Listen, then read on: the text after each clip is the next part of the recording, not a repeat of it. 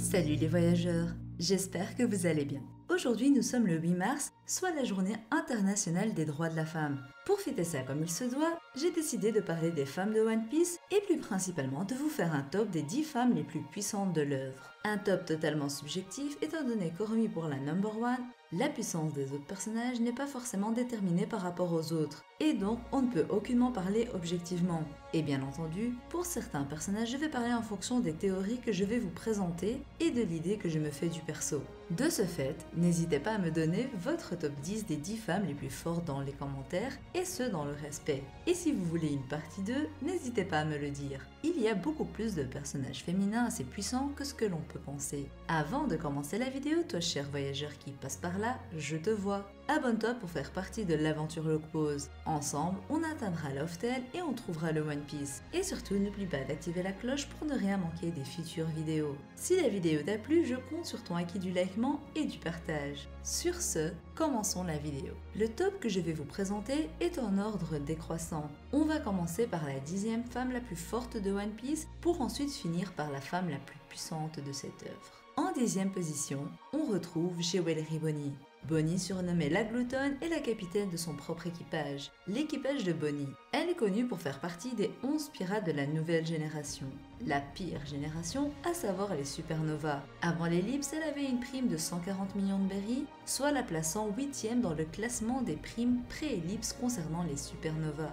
Jewelry Bonnie a un fruit du démon dont on ignore le nom. On sait seulement qu'il s'agit d'un fruit du démon de type Paramecia, impliquant la manipulation de l'âge. C'est-à-dire qu'elle peut changer son âge et celui des autres personnes. Elle peut donc vieillir ou rajeunir très rapidement ses cibles. Son pouvoir n'est pas totalement expliqué, mais on a pu constater qu'elle pouvait en quelque sorte manipuler les changements qu'elle faisait quant à son âge. Par exemple, enfant, elle peut parler avec sa voix adulte, laissant penser qu'elle peut éviter que ses cordes vocales soient touchées par le changement appliqué. On ne sait pas si son pouvoir de modification temporelle a une limite ou non.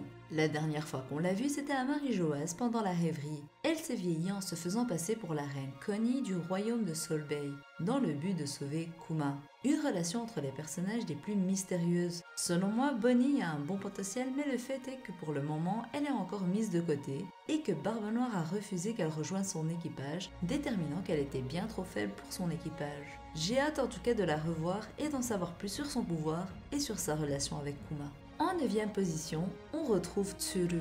Elle est une vice-amirale de la marine et l'une des plus âgées des soldats de la marine aux côtés de Sengoku et de Garp. Elle est connue comme la grande tacticienne de la marine grâce à ses connaissances vastes et sa capacité à trouver des stratégies en toutes circonstances. Elle est assez intelligente et est très vive d'esprit. À son âge, elle ne se laisse pas berner et se tient informée de tout autour d'elle. Elle a mangé le Woshu Woshu no Mi, qui est un fruit lui permettant de laver tout ce qu'elle touche. Et on sait qu'elle maîtrise le haki de l'observation ainsi que de l'armement même si on ne l'a pas vu, car il est clairement dit que tous les vice-amiraux maîtrisent ces deux types de haki. Pour ma part, je pense que Tsuru est bien plus forte que ce qu'il n'y paraît. Si elle est 9e dans ce classement, c'est parce qu'elle est quand même âgée et qu'elle n'est sûrement plus aussi forte qu'à son époque. En 8e position, j'ai décidé de mettre Shaki. Oui, Shaki. De son vrai nom, Shakuyaku. Il s'agit d'une ancienne pirate, une gérante d'un bar à Chapondi qui a quitté le monde de la piraterie il y a 40 ans de cela. C'est l'épouse de Silver Hailey et elle est fort bien conservée pour son âge. On ne connaît rien de la force de Shaki, mais une chose est sûre, c'est qu'elle n'est sûrement pas faible. À sa première apparition, on a vu qu'elle avait battu un pirate qui était tout ensanglanté. Elle est connue pour en faire de même avec la plupart des clients de son bar. Elle a aussi affirmé qu'elle a été pourchassée par Garp, le héros légendaire de la marine. Garp qui n'est pas n'importe qui et qui en a sous le pied. Ainsi, si Shaki a pu échapper à ce dernier, c'est qu'elle cache bien des secrets. Selon moi, Shaki est clairement puissante. Elle ne l'est sûrement plus autant qu'avant, mais je vois tellement bien le mélange Shaki-Riley, un couple de forts pirates qui ne sont pas non plus des vieux croulants à l'heure actuelle. D'après moi, il est possible que Shaki ait fait partie de l'équipage des Rocks. En effet, sa retraite du monde de la piraterie correspond totalement aux dates de l'incident de God Valley et donc de la chute de l'équipage des Rocks et de leur dissolution. Cet incident s'est produit il y a 39 ans et Shaki a quitté la piraterie il y a plus ou moins 40 ans. Un arrondi parfait pour qu'on comprenne que ce soit elle qui a quitté l'équipage avant que l'incident de God Valley se produise. ne souhaitant pas suivre les plans de son capitaine. Ou encore, elle a effectivement participé à cette bataille sanguinaire et a rencontré Riley à ce moment-là et a décidé d'abandonner la vie de pirate, une vie qui ne lui plaisait peut-être plus. Selon moi, Shaki possède une force considérable et est légitime de faire partie de ce top des 10 femmes les plus puissantes de One Piece. En 7ème position, on retrouve Belo Betty. Belo Betty est la commandante en charge de l'armée de l'Est. Elle possède le Kobu Kobu no Mi, le fruit de l'exaltation. Un fruit qui lui permet d'éveiller les pouvoirs latents des gens qu'elle encourage en agitant son drapeau. Ce pouvoir permet également d'accroître la force physique des encouragés. Un pouvoir assez intéressant à utiliser en temps de guerre, et donc un pouvoir presque parfait pour un commandant de l'armée révolutionnaire qui permet au groupe de citoyens sans défense de se renforcer et de combattre les opposants. Il a été compliqué pour moi de la départager avec celle qui vient juste après. En 6ème position, on retrouve Vinsmoke Reiju. Reiju, alias Poison Rose, est l'unique fille des Vinsmoke. Sœur aînée de Sanji, elle est la princesse du royaume de Germa et en est une commandante. Elle a été modifiée génétiquement par son père comme le reste de la fratrie. Elle a donc des pouvoirs surhumains et des capacités inconnues conférées en plus par un fruit du démon. Déjà enfant, elle avait l'habilité et la force d'un adulte. Elle est aussi très rapide au point de pouvoir esquiver les attaques de Perospero. Grâce à sa modification génétique, Reiju est capable d'aspirer du poison hors d'un corps par un simple contact de la bouche. Elle peut même le consommer sans que ça ne lui inflige de dégâts. Elle a un large panel de connaissances par rapport au poison étant donné ses capacités. Son fruit démon lui confère des pouvoirs inconnus. On ne sait rien de plus sur ce dernier si ce n'est qu'elle a mangé un fruit du démon. Reiju est sans nul doute l'une des femmes les plus fortes dans le monde de One Piece. En 5ème position, on retrouve Yamato. Oui, je me permets de mettre Yamato dans cette vidéo même s'il se considère actuellement comme un homme. Car selon moi, à la fin de l'arc, Yamato va arrêter de se considérer comme un homme vu qu'il dit clairement qu'il est devenu un homme parce qu'Oden en était un.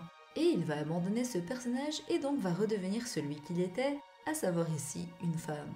Bref, pour en revenir à sa puissance, clairement Yamato, on l'a vu, est puissant. Il a pu contrer Ulti facilement. On sait aussi qu'il a sûrement un fruit démon, probablement un Zoan.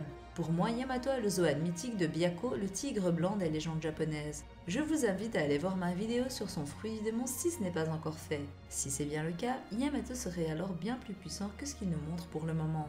Sachant qu'il a aussi mis KO Hacha avec un seul coup de Kanabo. Bref, Yamato c'est la fille, le fils de Kaido, du coup sa puissance et résistance est hors norme, comme son père. C'est héréditaire. C'est pour cette raison que Yamato prend la 5ème place de ce top. En 4ème position, on retrouve nul autre que Charlotte Smoothie. Fille de Big Mom et son deuxième Yonko Commander, Smoothie est un personnage dont on ignore encore toute la puissance, mais on se doute de celle-ci sans problème. Smoothie possède une prime de 932 millions de berries, soit une prime presque atteignant le milliard, ce qui montre sa puissance et sa dangerosité. Elle est de l'attribut des longues jambes et a un physique imposant. Grâce à sa taille et son physique, elle a une force surhumaine. Elle est capable de presser et d'écraser sans effort une personne de taille normale. Elle possède d'ailleurs un fruit du démon qui pousse à faire ses actions étant donné qu'elle a le Shibo Shibo no Mi, un paramassia lui permettant d'assécher un être vivant de tous ses liquides corporels en l'essorant. D'où son nom, Smoothie faisant référence au jus qu'elle peut faire avec ses victimes. Son fruit ressemble au Yoshi Yoshi no Mi de Tsuru, mais ce n'est pas totalement le même principe.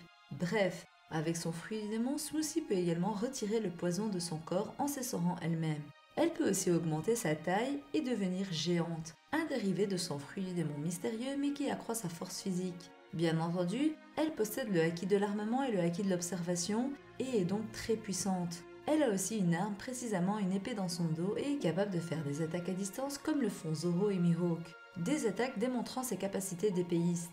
Ainsi c'est pour cette raison qu'elle est 4ème dans ce top. La 3ème, et pas des moindres, Boa Hancock. L'impératrice pirate est sur le podium de ce top grâce à ce qu'on sait d'elle et de ses capacités. En effet, même si on ne l'a jamais vue se battre en usant de toutes ses forces, Boa Hancock n'est pas devenue impératrice pirate ou Shichibukai en ne comptant que sur sa beauté. La force de Hancock n'est pas à négliger, comme toutes les femmes d'Amazon Lily, elle possède le haki de l'armement ainsi que le haki de l'observation. Beaucoup sous-estiment l'impératrice des pirates Hebihime alors que celle-ci est une des rares personnes à avoir le haki des rois, un haki qu'elle n'a pas encore utilisé n'en ayant pour l'instant pas besoin. Elle a un style de combat proche de celui de Sanji car elle préfère le corps à corps et surtout les coups de pied également. On ne l'a jamais vue ne serait-ce qu'en difficulté. À Marineford, elle n'avait pas de mal à combattre des pirates du Nouveau Monde sans une goutte de sueur, prouvant que c'était pour elle du menu fretin.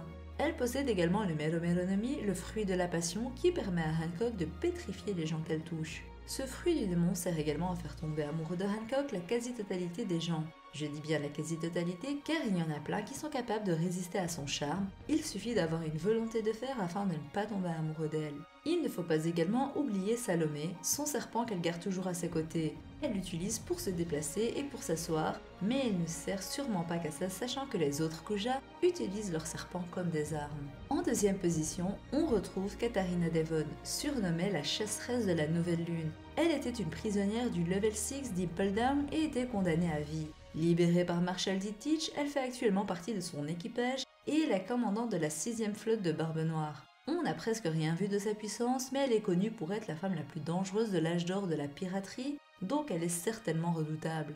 Elle fait partie des criminels les plus puissants d'Impel Down, étant donné qu'elle a anéanti tout ce qui se trouvait dans sa cellule et qu'elle a donc rejoint Teach qui ne cherchait à recruter que les plus forts. Elle possède le Inu-Inu-no-Mi modèle QB, un zoan mythique qui lui permet de se transformer en renard légendaire, le renard à 9 queues tant connu. Elle peut se transformer en d'autres personnes et donc les duper facilement. Un trait de caractère du renard qui est censé être l'un des animaux les plus rusés. Elle est donc sans nul doute la deuxième femme la plus forte de One Piece selon moi et aurait pu conquérir le podium s'il n'y avait pas la top 1, à savoir Big Mom. En première position, sans surprise on retrouve Big Mom, Charlotte Linlin, la mama de tout le monde dans One Piece. Big Mom est l'une des Yonko et elle est incontestablement la femme la plus puissante du monde de One Piece. Le Gorosei a déclaré qu'elle était l'une des rares personnes capables d'arrêter Barbe Noire dans le chapitre 594 et même les Mugiwara la craignent. Et Luffy, qui est un homme têtu, reconnaît qu'il doit fuir car il ne pourra pas la battre. Elle possède le Solu-Solu-no-Mi, à savoir le fruit des âmes. Mais ce n'est pas là la seule raison de sa force. Sa constitution physique de base est à son avantage. Grâce à son Solu-Solu-no-Mi, elle peut créer des homies à partir de fragments de son âme, comme c'est le cas de la forêt enchantée à Whole Cake Island, ou encore de ses homies les plus puissants, à savoir Zeus, Napoléon et Prométhéeus. Dites-vous qu'elle peut même insuffler une partie de son âme à des vagues, c'est pour dire ô combien elle est puissante. En touchant l'une de ses victimes, elle peut lui retirer une partie de son âme, comme elle peut par exemple le faire à distance avec son life hors death sur les personnes qui la craignent. Elle a fait partie de l'équipage des Rocks et a participé à la guerre de God Valley il y a 39 ans. Même Kaido la redoute. Big Mom le considère comme son petit frère et a une emprise sur ce dernier étant donné que c'est elle qui lui a donné son fruit du démon. Et en 0, on retrouve Im-sama. Je ne la mets pas dans le top parce que ce personnage est très mystérieux et on ne sait même pas réellement s'il s'agit d'une femme ou d'un homme. Mais selon moi, Im-sama est une femme et sera sans nul doute l'une des femmes les plus fortes de One Piece, si ce n'est la plus forte. Elle ne serait pas puissante au même titre que toutes celles citées, sa force ne résiderait pas dans le physique, mais bien dans des capacités étonnantes, destructrices. J'ai quand même souhaité la citer parce qu'elle risque d'être l'ennemi final de Luffy du côté du gouvernement mondial.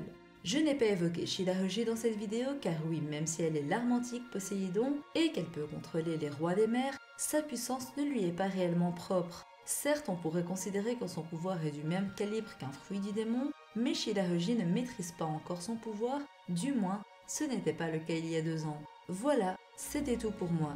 J'espère que la vidéo vous aura plu. Une vidéo assez longue pour mettre en avant les femmes du monde de One Piece. Des femmes puissantes et toutes très différentes. Chacune ses convictions, chacune son chemin, chacune sa mentalité. J'ai hâte en tout cas qu'on les voit un peu plus en action pour certaines. Si la vidéo vous a plu, je compte sur vous pour utiliser votre acquis du likement. Et si vous n'êtes pas encore abonné, c'est le moment de le faire. Ensemble, on suit une belle aventure, celle de One Piece. Sur ce, prenez soin de vous. Bisous!